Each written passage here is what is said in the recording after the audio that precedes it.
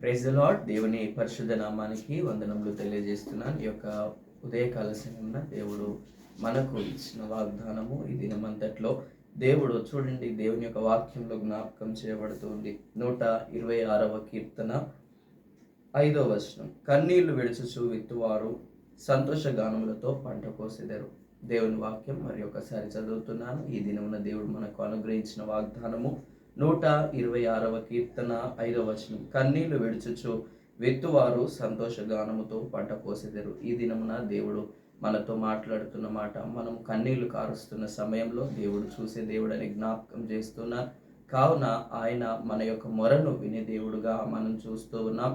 ఆయన మన యందు శ్రద్ధ నిలిపి మనకు కావలసిన ప్రతి అవసరత అక్కర తీర్చే గొప్ప దేవుడిగా మనం చూస్తూ ఉన్నాం. కావున దేవుడి ప్రియమైన బిడ్డలారా, దేవుడి యొక్క సంగమా లేదా దేవుడి యొక్క సేవకులుగా ఉన్న బిడ్డలారా అని జ్ఞాపకం చేస్తున్నాను. దేవుడి యొక్క వాక్యము ద్వారా మనతో మాట్లాడుతున్నాడు. కన్నీళ్లు విడుచుచు విత్తువారు సంతోషగానములతో పంట కోసెదరు. నీవు లేచి దేవుడి మందిరములో వర్షము కురిపించినట్టు, లేదా నీవెప్పుడైతే దేవుడి సన్నిధిలో నీ హృదయాన్ని కుమ్మరిస్తావో అని దేవుని వాక్యంలో విలాప వాక్యములకు సెలవిస్తున్నారు. దాంట్లో సెలవిస్తూ ఉన్న మాట జ్ఞాపకం చేసుకుంటున్నాం. నీవు లేచి దేవుడి మందిరంలో నీ హృదయమును కుమ్మరించుము అని అంటున్నాడు. ఎందుకంటే దేవుడి యొక్క ప్రార్థన జీవితంను దేవుడు ఎంతగానో ఇష్టపడే వ్యక్తిగా మనం చూస్తూ ఉన్నాం. దేవుడు తన కృపను మనకు అనుగ్రహించే దేవుడిగా కనిపిస్తూ ఉన్నాడు. కావున ఇక్కడ యెషయా గ్రంథంలో కూడా మనం చూడవచ్చు. యెషయా గ్రంథంలో హిజ్కియా రాజు గురించి జ్ఞాపకం చేయబడుతుంది. అదేవిధంగా యోబు గారి జీవితంలో కన్నీటిమయమైన జీవితం ఆయనది. ఎందుకంటే బంధువులు, స్నేహితులు ప్రతి ఒక్కరూ ఆయనను వెలివేసినారు. సొంత భార్య, కష్టములలో ఉండవలసిన భార్య, ఆమె కూడా నువ్వు దేవుణ్ణి తిట్టి చనిపోతే కాదా అని అన్న పరిస్థితులు అక్కడ మనకు కనిపిస్తున్నాయి. కానీ యోబు తన యథార్థమైన జీవితంలో ఎన్నడూ కూడా దేవుడిని దూషించలేదు. కానీ మిగిలినదిగా ఆయన కన్నీటితో దేవుడిని వెతికినట్టుగా మనం చూస్తూ ఉన్నాం. అనగా దేవుడి అందు అంత శ్రద్ధ, అంత నమ్మకం కలిగిన వ్యక్తిగా బైబిల్లో ప్రపంచముగా, అంటే దేవుడి యొక్క బిడ్డగా ఆయన యథార్థమైన జీవితంను ఇప్పటికీ కూడా మనం ధ్యానించుకోవలసిన వారముగా కనిపిస్తూ ఉన్నాం. తర్వాత చూస్తే 2వ రాజుల గ్రంథము 20వ అధ్యాయము 5వ వచనంలో జ్ఞాపకం చేసిన విధంగా హిజ్కియా గారు కన్నీటి ప్రార్థన చేస్తూ ఉన్నారు. వారు చేస్తున్న ప్రార్థన ఆయుష్ కొరకు, ఆరోగ్యం కొరకు. నీవు చనిపోతావు అని చెప్పినప్పుడు నేను ఏ విధంగా చనిపోతాను అని అడిగి దేవుడి సన్నిధిలో దేవుడితో సంభాషిస్తున్న వ్యక్తిగా మనము హిజ్కియా గారిని చూడవచ్చు అనే జ్ఞాపకం చేస్తూ ఉన్నాను. ఎందుకంటే ఆయన దేవుడి యందు ఏ విధంగా నడిచానో అని ఆ ప్రార్థన ఎంత అద్భుతంగా ఉంటుంది అని అంటే, నిజమే ప్రభా, నీ సన్నిధిలో మేము ఏ విధంగా నడిచామో అనే దానికి అది ఎంతగానో ఒక రూపకంగా మనకు తెలియబడుతూ ఉంది. కావున మనము దేవుడి సన్నిధిలో ఏమై ఉన్నామో, మనము ఎవరమై ఉన్నామో, దేవుడి చేత దేవుడికి ఇష్టమైన పనులు మన యొక్క జీవితంలో మనము దేవుడిని అడగగలుగుతూ ఉన్నామా? అదే విధంగా చూస్తే హన్నగారు కన్నీటి ప్రార్థన చేశారు. యేసు కన్నీళ్లు విడిచెను అని లాజరు మరణంలో మనం చూస్తూ ఉంటాం. ఆయన కన్నీరు విడిచి ఆయన దేవుడికి కృతజ్ఞతాస్తుతులు చెల్లించి లాజరు గారిని బయటికి లేపిన దేవుడిగా, అనగా సజీవత్వముతో నింపిన దేవుడిగా మనం చూస్తూ ఉన్నాం. అనగా కన్నీటితో మనము ఏదైతే పంటను విత్తుతామో, అనగా ప్రార్థనలో మనము ఏదైతే కన్నీటితో విత్తుతామో అది సంతోషగానములతో పంట కోస్తాము అని దేవుని వాక్యంలో జ్ఞాపకం చేయబడుతుంది. నా జీవితంలో కూడా బిడ్డలారా, దేవుడి యొక్క సంగమా, దేవుడి యొక్క పరిచారకులారా, దేవుడి యొక్క ప్రియులారా, ఈ దినంలో జ్ఞాపకం చేస్తున్నాను. నా జీవితంలో కూడా ఎన్నో మారులు కన్నీటి పర్యాయములు ఉన్నవి. దేవుడి సన్నిధిలో జ్ఞాపకం చేస్తున్నాను. నేను ఉదయకాలం లేచి 3:30 గంటలకు, 2:30 గంటలకు, 4:30 గంటలకు లేచి 4 గంటలకు లేచి ప్రార్థించేవాడిని. నేను కన్నీటి ప్రార్థన, నాకు తల్లిదండ్రులు లేకపోయినా దేవా నీవే నాకు తల్లిగా, తండ్రిగా ఉన్నావని కన్నీటి ప్రార్థన చేసినప్పుడు దేవుడి యొక్క అదృశ్య హస్తముతో దేవుడు ఎన్నో మారులు దేవుడు ఆదరించాడు, ఓదార్చాడు, ధైర్యమును చేకూర్చాడు.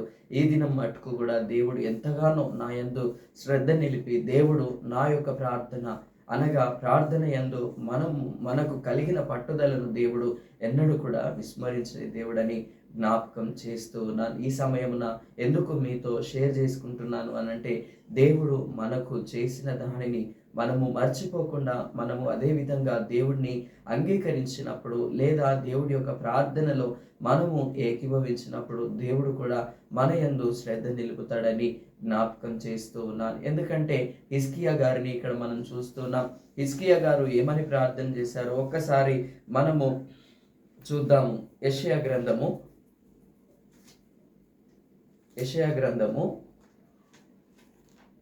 రాజుల గ్రంథము 20వ అధ్యాయం 3వ వచనంలో జ్ఞాపకం చేసుకుంటూ ఉన్నాం. యెషయా గ్రంథంలో కూడా ఇదే మాట జ్ఞాపకం చేయబడుతూ ఉంది. రాజుల గ్రంథము 20వ అధ్యాయం 3వ వచనం, యెహోవా యథార్థ హృదయుడనై సత్యముతో నీ సన్నిధి నేనెట్లు నడుచుకుంటునో, నీ దృష్టికి అనుకూలముగా సమస్తమును నేనెట్లు జరిగించితునో కృపతో జ్ఞాపకం చేసుకోమని హిజ్కియా కన్నీళ్లు విడుచుచు యెహోవాను ప్రార్థించెను. కన్నీటితో ప్రార్థించినాడు దేవుడిని. అంటే దేవా, నేను నీ సన్నిధిలో ఏ విధంగా ఉన్నాను, ఒక్కసారి నీ కృపతో జ్ఞాపకం చేసుకో ప్రభువా అని అడుగుతూ ఉన్నాడు. దేవుడి యొక్క బిడ్డలుగా మనము ఎంతమంది మీ దేవుడిని అడిగేవారముగా ఉన్నాము, లేదా దేవుడిని మనము ఏ విధంగా దేవుడి యొక్క పరిచర్యలో ఉంటూ ఉన్నాము అనేది ఒకసారి జ్ఞాపకం చేసుకొనవలసిన వారమై ఉంటూ ఉన్నాం. యెషయా గ్రంథము 38:5వ వచనంలో కూడా ఈ యొక్క ప్రార్థన జీవితంలో ఆయన చేసిన అద్భుతములు ఇక్కడ మనకు కనిపిస్తూ ఉన్నాయి. అంటే దేవుడు ఏ విధంగా ఆయనను రక్షించినాడు, కన్నీటితో ఉన్న హిజ్కియా గారి జీవితాన్ని ఏ విధంగా తన ప్రవక్త అయిన దేవుడు తన ప్రవక్తను పంపి ఏ విధంగా హిజ్కియా గారి కన్నీరును తుడిచారో అనేది మనము యెషయా గ్రంథము 38:5వ వచనంలో మనం చూడవచ్చు. అంటే దేవుడు ప్రతిదానికి కర్త అయి ఉన్నాడు. ఆయనకు తెలియంది అంటూ ఏది లేదు. కాబట్టి దేవుడు ప్రతిదీ చూస్తూ ఉన్న దేవుడని ఈ సమయమున జ్ఞాపకం చేస్తూ ఉన్నారు. అదేవిధంగా 2వ రాజుల గ్రంథము 20వ అధ్యాయంలో ఇక్కడ మనకు జ్ఞాపకం చేయబడుతుంది 5వ వచనంలో, నీవు తిరిగి నా ప్రజలకు అధిపతి అయిన హిజ్కియా యొద్దకు పోయి అతనితో ఇట్లనము, నీ పితరుడైన దావీదునకు దేవుడగు యెహోవా నీకు సెలవిచ్చినదేమనగా, నీవు కన్నీళ్లు విడుచుట చూచితిని, నీ ప్రార్థన నేను అంగీకరించి ఉన్నాను. నేను నిన్ను బాగు చేసేదను. 3వ దినమున నీవు యెహోవా మందిరమునకు ఎక్కిపోదువు. అంటే దేవుని యొక్క వాక్యంలో జ్ఞాపకం చేయబడుతుంది. అంటే దేవుడిని ఆరాధించడానికి నీవు దేవుడి మందిరంలోనికి ఎక్కిపోవుదు అని దేవుని వాక్యం ద్వారా జ్ఞాపకం చేయబడుతుంది. కావున కన్నీటితో చేసిన ప్రార్థన దేవుడు ఎన్నడూ కూడా అలక్ష్యము చేయని దేవుడిగా ఉన్నాడు. దేవుడి యొక్క ప్రియమైన దేవుడి బిడ్డలారా, దేవుడి యొక్క సేవకులారా, దేవుడి యొక్క పరిచారకులారా, ఈ దినమున దేవుడు మనతో మాట్లాడుతున్నాడు. మనము చేయుచున్నది ప్రతి విశ్వాసిగా మనం చేయుచున్న ప్రతిదీ దేవుడు చూసే దేవుడు. అందుకే హిజ్కియా ప్రార్థన విన్నాడు దేవుడు. అదే విధంగా కన్నీరు, దేవుడి యొక్క సన్నిధిలో కన్నీరు కార్చిన హన్న ప్రార్థన విన్నాడు దేవుడు. అదే విధంగా స్త్రీ ఆగర్ గారి ప్రార్థన కూడా దేవుడు అంగీకరించారు.